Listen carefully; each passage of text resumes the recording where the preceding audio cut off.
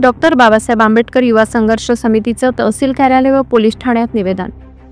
Navapur doctor Babasaheb युवा संघर्ष समिती नवापूरतर्फे नवापूर तहसील कार्यालयावर तसेच नवापूर पोलीस ठाण्यात निवेदन देण्यात आले। या निवेदनात समितीने सर्वोच्च न्यायालयाचे सरन्यायाधीश माननीय भूषण गवई यांच्यावर झालेल्या भ्याड हल्ल्याचा तीव्र निषेध करत न्यायव्यवस्थेवरील हा हल्ला म्हणजे लोकशाहीवरील हल्ला असल्याचे म्हटले। तसेच मध्य प्रदेशातील अनिल मिश्रा यांच्याकडून डॉक्टर बाबासाहेब आंबेडकर यांच्या सातत्याने होणाऱ्या अपमानाविरोधात कठोर कारवाई करण्याची मागणी करण्यात आली। हरियाणाचे वरिष्ठ IPS अधिकारी वाय पूरण कुमार यांनी झालेल्या जातीय छळामुळे आत्महत्या केली। या प्रकरणाची सखोल चौकशी करून संबंधित वरिष्ठ अधिकाऱ्यांवर कठोर कारवाई करण्यात यावी अशी मागणी निवेदनात नमूद करण्यात आली। समितीचे म्हणणे आहे की देशात वाढत चाललेल्या मनुवादी प्रवृत्ती संविधान आणि डॉक्टर बाबासाहेब आंबेडकर यांच्या विचारांवर थेट आघात करत आहेत। संविधानाचा अपमान करणाऱ्यांना देशद्रोही ठरवून कठोर शिक्षा व्हावी। न्यायव्यवस्थेवरील दबाव, जातीय अन्याय आणि संविधान विरोधी वक्तव्य यावर केंद्र सरकारने तातडीने पावले उचलावी अशी ठाम मागणी या निवेदनातून करण्यात आली।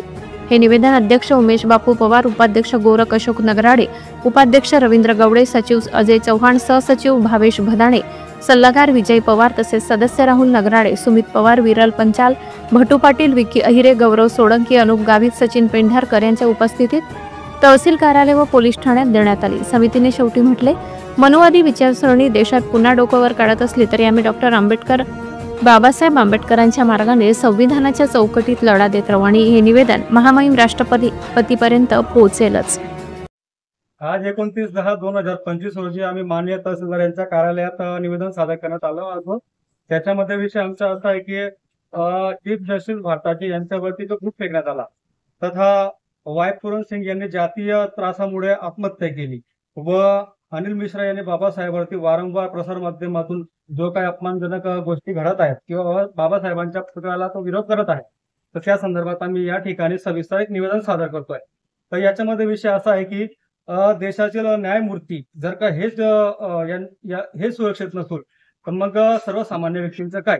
त्याच्यानंतर वाय पूरण सिंग हा एक शासकीय मोठ्या पदावरती असून त्यांच्या वरिष्ठ अधिकाऱ्यांनी त्यांच्यावरती जातीय छळ काढली किंवा जातीय त्रासापोटी त्यांना आत्महत्या करावी लागली, तर त्या संदर्भात त्यांना 13 पानांचे त्यांनी त्या अधिकाऱ्यांचे वरिष्ठ अधिकाऱ्यांचे नावं सुद्धा दिलेली आहेत। त्याच्यानंतर अनिल मिश्रा हा व्यक्ती म्हणजे प्रसार माध्यमात येऊन आणि बाबासाहेबांना अपमानजनक गोष्टी करतोय, तरी सुद्धा प्रशासन त्याच्यावरती कारवाई काय करत नाहीये। म्हणजे याच्यामुळे स्थानिक जे प्रशासन आहे, जसं राज्य सरकार असतील किंवा केंद्र सरकार असतील, यांचं पाठबळ आहे का? वारंवार या घटना का होत आहेत? उत्तर प्रदेश मध्ये देखील या घटना मागील काही दिवसांपूर्वी जाहीर करण्यात आला की एका वर्षामध्ये 15,000 घटना झाल्या अन्याय अत्याचाराच्या, तर त्यावरती सुद्धा प्रशासनाने किंवा केंद्र सरकारने याच्यावरती दखल घेऊन याच्यावरती कठोर कारवाई करायला पाहिजे किंवा कठोर कायदे करायला पाहिजे, जेणेकरून या अशा कृत्य करणारे किंवा संविधान विरोधी किंवा जातीय विरोधी किंवा बाबासाहेबांचा अपमान करण्याच्या अगोदर विचार यांना यायला पाहिजे। हे वारंवार घटना का होत आहेत?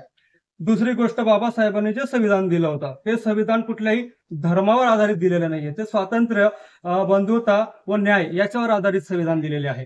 तर हा प्रत्येक या समाजामध्ये व्यक्ती एक स्वातंत्र्य म्हणून जगतो आहे आणि त्याच्यावरती जर का या प्रकारे जातीय विषयावरती जर का या त्रासापुढे जर का त्याला मरावं लागत असेल किंवा प्रशासन त्याला साथ देत नसेल, तर या संदर्भात प्रशासनाने विचार करावा आणि या संदर्भात पुढील कठोरात कठोर कारवाई करावी। नवापूर बोलतोय, महाराष्ट्र ऐकतोय, चर्चा नवापूर, लोकशाहीचा बुलंद आवाज। संपादक गिरीश सोनवणे।